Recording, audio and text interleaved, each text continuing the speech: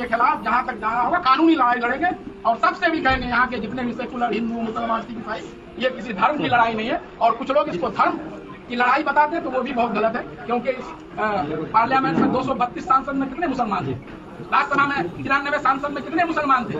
इस बिल के लिए पार्लियामेंट में जो पास किया कपिल सिब्बल, अभिषेक मनु सिंघवी जी, राजीव धवन जी, सीयू सिंह जी, जो बिल के विरुद्ध में, कानून के विरुद्ध में सारे हिंदू थे। जो जज सुनवाई कर रहे थे तीनों हिंदू थे। फिर अगर कोई कहेगा कि ये हिंदू मुसलमान का है तो वो देश का हितैषी नहीं। 15 साल तक जनता दल यूनाइटेड से जुड़े रहने के बाद आज मैंने अपने आप को जनता दल यूनाइटेड से अलग करने का फैसला किया। आज से लगभग 15 साल पहले सितंबर 2010 में मरहूम सीमांचल गांधी तस्लीमुद्दीन साहब के नेतृत्व में मैं जनता दल यूनाइटेड की सदस्यता लिया। तब से लेकर लगातार पार्टी के लिए लगातार कोशिश किया, पार्टी को ऊंचाई तक ले जाने के लिए।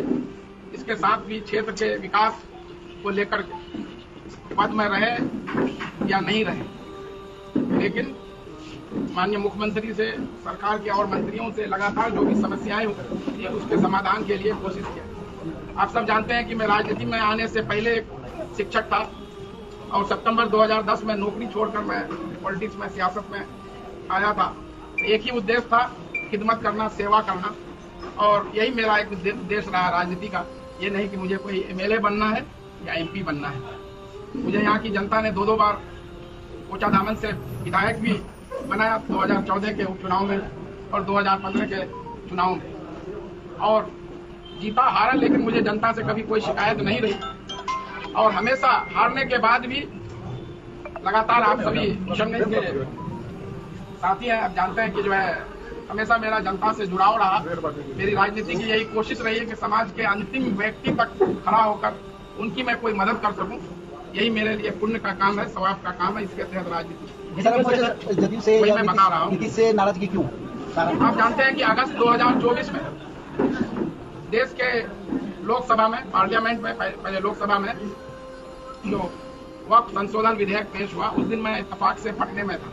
मुझे जब जानकारी हुई, पार्लियामेंट में जब बहस देखा, तो मैं वक्फ बोर्ड जाकर के उनके जो है 44 पेज का जो वो बिल था उसको मैं प्रिंट आउट लिया, फिर उसका खुद से स्टडी किया, और जो उसके जो एक्सपर्ट है, लीगल एक्सपर्ट है, उस पर कुछ बिंदुओं पर आपत्ति थी। कुल 14 बिंदुओं पर मेरे द्वारा आपत्ति की गई थी, जिसको लेकर पार्टी से, माननीय मुख्यमंत्री से, जेपीसी के माननीय अध्यक्ष जगदम्बिका पाल जी से, और फिर जो संयुक्त सचिव को जो मांगा गया था, संयुक्त सचिव के नाम से सभी से, कोई भी जो आम आदमी संगठन और जो है स्टेक होल्डर से मांगा गया था अपना सुझाव, उसमें भी दिया था। 20 जनवरी को जेपीसी की टीम पटना भी आई थी, उसमें भी मैं वक्फ बोर्ड के माध्यम से अपनी आपत्तियां दिया, और सारी तंजीमों ने भी आपत्ति दिया। और जो है इसके बाद मुख्यमंत्री के निर्देश पर पार्टी मुख्यालय में बैठक भी हुई, जिसमें हमारे प्रदेश अध्यक्ष उमेश कुशवाहा जी, माननीय मंत्री, केंद्रीय मंत्री ललन सिंह जी, माननीय जल संसाधन मंत्री विजय चौधरी जी, माननीय जो अल्पसंख्यक कल्याण मंत्री जमा खान साहब, सुन्नी वक्फ बोर्ड के चेयरमैन इरशादुल्लाह साहब, सिया वक्फ बोर्ड के चेयरमैन अफजल अब्बास साहब, एमएलसी खालिद अनवर साहब, और जो है हमारे पार्टी के कोषाध्यक्ष और विधान पार्षद ललन शराब जी, और संजय सिंह उर्फ गांधी जी, जो माननीय विधान पार्षद है और विधान परिषद में सत्तारूढ़ दल के सचेतक भी है, और मैं खुद मौजूद था वहाँ पर। और जो मिली तंजीम है, इमारत शरिया और दूसरी तंजीमें, सब बहुत वहाँ डिस्कशन हुआ। फिर वहाँ से लिखित मांगा गया, लिखित दिया गया, और पार्टी की तरफ से आश्वस्त किया गया कि आपकी जो आपत्तियां उसको हम लोग गंभीरता से, उस पर हम लोग आगे जेपीसी में रखेंगे। उस वक्त तक जेपीसी का गठन तो आप जानते हैं पार्लियामेंट से कुछ नहीं घोषित हो गया, हम लोग आश्वस्त थे। और उसके बाद जब बिल, फिर जेपीसी के रिपोर्ट के बाद जब बिल पेश हुआ, उस पर भी हम लोग देखे थे चीज आपत्तियां है। फिर आप डिबेट में देखे होंगे कि हमारे गृह मंत्री माननीय अमित शाह जी बार बार वो कह रहे थे कि इसमें कोई भी नॉन मुस्लिम नहीं रहेगा। फिर जो है जो कानून मंत्री से अल्पसंख्यक कल्याण मंत्री का पकड़ा किरण रिजिजू जी भी वक्फ बाई यूजर्स के संबंध में सदन को गुमराह किया गया। जो देश के बड़े वकील और अभी निर्दलीय राज्यसभा के सांसद कपिल सिब्बल जी का कहना है कि उसमें कुछ पॉइंट जो ओरिजिनल बिल जो ले हुआ उसमें नहीं था, लेकिन जब पास हुआ तो उसमें जो है ऐड किया गया। उसमें जैसे वो बता रहे थे कि ये जो एंशिएंट मोनूमेंट है, उसको जो प्रोटेक्शन एक्ट है, ancient monument protection act, preservation act, तो उसको जोड़ा गया और ये कहा गया कि जो इस एक्ट के प्रोविजन में जो भी मोनूमेंट आएंगे वो वक्फ संपत्ति नहीं माना जाएगा। उसी में आप देखे होंगे कि जो है तो दिल्ली जामे मस्जिद भी उसी एक मोनूमेंट में आता है, और जो अभी नया वक्फ बिल कानून पास हुआ है उसके हिसाब से वो जो है वक्फ नहीं रहेगा। सर अगला कदम क्या होगा?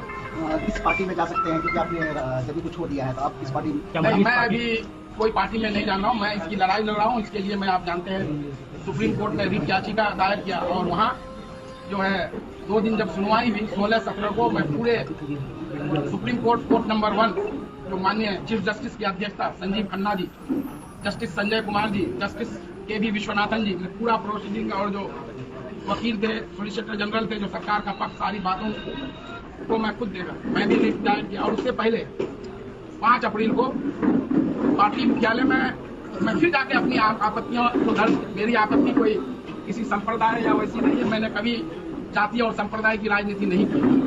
आप सुप्रीम कोर्ट में भी देखे होंगे, मेरी आपत्ति इस बात की थी कि जो संविधान ने हमें फंडामेंटल राइट्स आर्टिकल 14, 25, 26 के तहत प्रदान किया है, इस कानून में इन आर्टिकल्स का उल्लंघन हुआ है और सरकार जिस तरह से अपनी पीठ थपथपा रही थी कि ये बिल मुसलमानों के हित में है।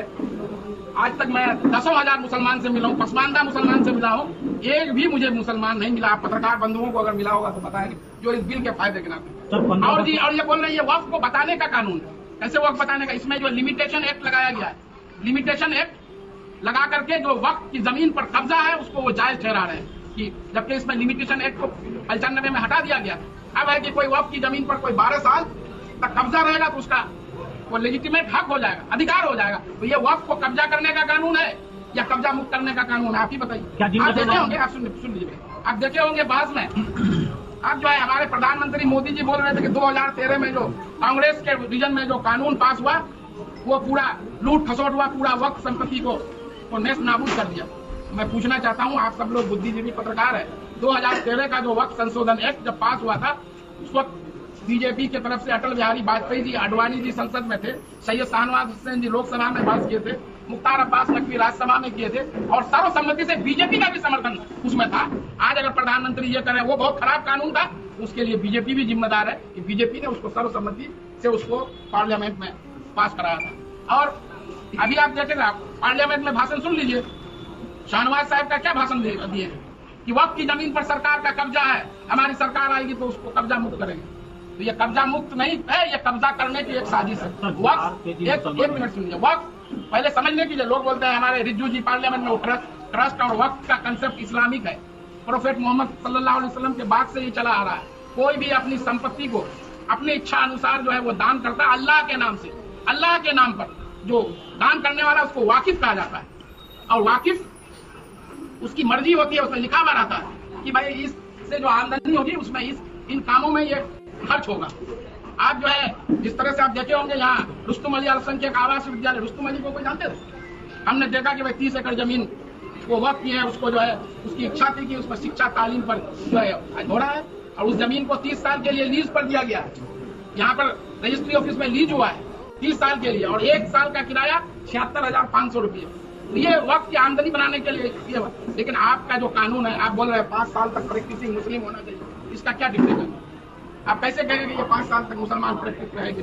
कोई औरतों को आप कैसे डिफाइन करेंगे? और संपत्ति आपकी है, ये कानून है, आपको राइट टू प्रॉपर्टी। मेरी संपत्ति किसी मंदिर को दे दे, मस्जिद को दे दे, गुरुद्वारा को दे दे, दुबे जी को दे दे, करीम जी को दे दे, किसी को भी दे दे। आप ये कानून है, आप नहीं रोक सकते हैं कि आप दान नहीं कर सकते हैं, हिंदू दान नहीं कर सकते। हमारे यहाँ बहुत सारे हिंदू आपके समर्थक है वो बोल रहे हैं कि मजलिस पार्टी ज्वाइन करने के लिए, क्या कहेंगे? अब लोग बहुत कुछ कहेंगे, मेरा एमएलए एमपी बनना ही राजनीति का मकसद नहीं। क्या ये खबर अगर मैं मदरसा बोर्ड का चेयरमैन का ऑफर टुकरा दिया आपने? अब ये मैं नहीं बता सकता हूँ, मेरे मोबाइल चेक कर लीजिए कितने लोगों का। मैंने एक बार सेकुलर नहीं रह गया जी, अब नीतीश कुमार सेकुलर नहीं रह गया, उनको उनकी मानसिक स्थिति ठीक नहीं है इसलिए उनको गुमराह कर दिया गया। क्या मानते हैं आप इस पे? क्या हो गया? कुछ लोग जो है कि भाई जो उनको जो है गलत 15 साल के बाद आप पार्टी छोड़ रहे हैं तो कहीं ना कहीं आपको एक अलग लगाव होगा उस पार्टी से, तो क्या लगता है? कोई 15 साल तक कहीं रहता है, कोई घर में किसी घर में, तो उससे अलगाव होता है। तो जब बिल आया गया तो आप इस्तीफा नहीं दिया, अभी इस्तीफा दे रहे हैं, जब कानून बन गई, जब बिल आया गया तो उस पर टाइम तक मैं प्रोटेस्ट कर रहा था। आप बता दीजिए कौन जन मेरे सब पब्लिक डोमेन में है, अगस्त सितंबर से लेकर जनवरी तक कौन है जो उसके लिए लड़ाई लड़ा, बिल पेश हुआ? और उसके बाद भी सुप्रीम कोर्ट गए और भी उम्मीद था कि जो है कि जिस तरह से सीए में हुआ था हम लोग 20 दिसंबर 2019 को अमीर शरीयत मौलाना वली बिहार में जिन मुस्लिम मतदाताओं ने वोट दिया आपको, जदयू को, क्या लगता है उनके साथ विश्वासघात किया गया है जदयू के द्वारा? निश्चित रूप से इस बिल के पास होने से माइनॉरिटीज को हट लगा। ये कोई धार्मिक मामला नहीं है या कि हिंदुओं के खिलाफ है। ये वक्फ एक इस्लामिक कंसेप्ट है और कोई आप जो है गृह मंत्री बोले 2 हिंदू 2 नॉन मुस्लिम नहीं होगा। तो ये बिल का गजट देख लीजिए, उसमें प्रोविजन है। तो आदमी किस पर भरोसा करेगा? देश का गृह मंत्री अगर जो है पार्लियामेंट में जो बोल रहा है और बिल में उससे एक में उससे इधर है, तो आदमी किस पर भरोसा करेगा? आप पत्रकार हैं, आप ही बोलिए। मुस्लिम नेताओं का आश्वासन दिया गया था कि नहीं सुधार के लिए बोला गया था केंद्र सरकार, उस टाइम तक आपको क्या आश्वासन दिया? निश्चित रूप से मिला था। मैं तो बोला हूँ कि हमारे, मैं बताया ना, प्रदेश मुख्यालय में अमीर शरीयत भी और भी तंजीमें थी, जदयू के सारे मुस्लिम लीडर्स थे। और आखिरी बार मैं 5 अप्रैल को जाके मैं लोगों की जो नाराजगी है और अपनी नाराजगी को मैं कर दिया हूँ कि अगर इसको दूर नहीं किया गया तो हम लोगों को इस ऐसे पार्टी में काम करने का जो है हम लोग जो है मजबूर है। आगे क्या प्लान है सर आपका? आगे कोई प्लान नहीं है, मेरा यही प्लान है। मेरा यही प्लान है कि इस बिल को रोके, फिर 5 को डेट हम लोग जाएंगे। अभी भी हम केंद्र सरकार से आग्रह करते हैं, नीतीश कुमार से जी से आग्रह करते हैं कि अब भी जो है देश के हालात को देख करके इस बिल को आप समझ लीजिए।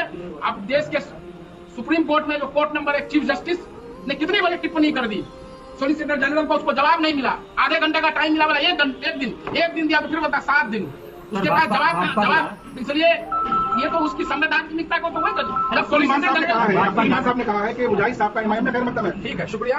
लेकिन संभावना अब जब चुनाव लड़ेंगे, अभी मेरा कोई इरादा नहीं, अभी मैं दुविधा में हूँ, 2 धार में हूँ। मुझे अपने मेरे कारण 15 साल से मेरा परिवार सफर कर रहा है। मेरी बीवी बेटी का कहना है कि राजनीति से दूर होना, वो भी हो सकता। सर भाजपा जो है वक्फ कानून का फायदा गिनाने के लिए जन जागरण अभियान चला रही है, वो हमसे आके फायदा बहस कर लेना, कोई नेता बहस कर लेना। उनके सोलिसिटर जनरल तो पानी पी रहे थे सुप्रीम कोर्ट में, जवाब नहीं मिल रहा था। टाइम आपने बोला हमने 87 लाख लोगों को सुना, इतने आवेदन आया, जेपीसी में ये हुआ वो हुआ, पार्लियामेंट में डिस्कशन हुआ, और आपका जो सोलिसिटर जनरल जब सुप्रीम कोर्ट में जब फरार हो रहा था चीफ जस्टिस का और जस्टिस का, उसको पानी नहीं मिल रहा था। जवाब क्यों नहीं दिए? आपने जो वक्फ बाय यूजर्स को खत्म किया है, क्यों नहीं जवाब दिए? 2 नॉन मुस्लिम को जो आपने इंसल्ट किया, क्यों नहीं जवाब दिया? चीफ जस्टिस ने तो पूछा क्या आप ये चाहेंगे कि किसी मंदिर के प्रबंध कमेटी का जो है सदस्य है कोई मुसलमान हो? आपने कानून बना दिया है कि कोई अगर मंदिर प्रबंध समिति का अध्यक्ष डीएम होता है, अगर डीएम मुसलमान होगा तो वो अध्यक्ष नहीं होगा, उसके नीचे का पदाधिकारी। आप बात करते हैं एक देश एक कानून, फिर ये अलग अलग कानून क्यों है? एक देश एक कानून की तरफ ले जाना चाहिए। आप बोलते कुछ है, करते कुछ है। आप ही बताइए ना कि एक देश एक कानून है, हिंदू के लिए अलग कानून, सिख के लिए अलग कानून, क्रिश्चियन के लिए अलग कानून, मुस्लिम वक्फ के लिए अलग कानून। ये तो अपने बातों से खुद फिर रहे हैं।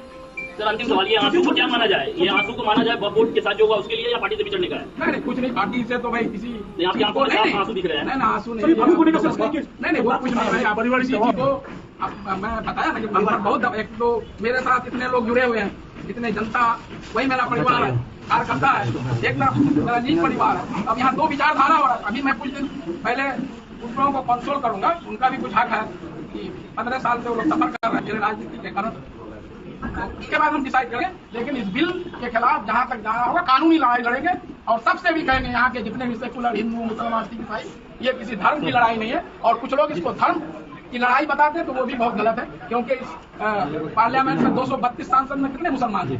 राज्यसभा में 93 सांसद में कितने मुसलमान थे? इस बिल के लिए पार्लियामेंट में जो पास किया कपिल सिब्बल, अभिषेक मनु सिंघवी जी, राजीव धवन जी, सीयू सिंह जी, जो बिल के विरुद्ध में, कानून के विरुद्ध में सारे हिंदू थे। जो जज सुनवाई कर रहे थे तीनों हिंदू थे। फिर अगर कोई कहेगा कि ये हिंदू मुसलमान का है तो वो देश का हितैषी नहीं है। मिल्लत टाइम्स को जारी रखने और मजबूत बनाने के लिए हमारी आर्थिक सहायता कीजिए। ये एक आजाद मीडिया हाउस और कमजोरों की आवाज है। आप हमें देखें, सुने, पढ़ें और हर महीने ज्यादा नहीं, सिर्फ 100 रुपए से मदद करें। डिटेल्स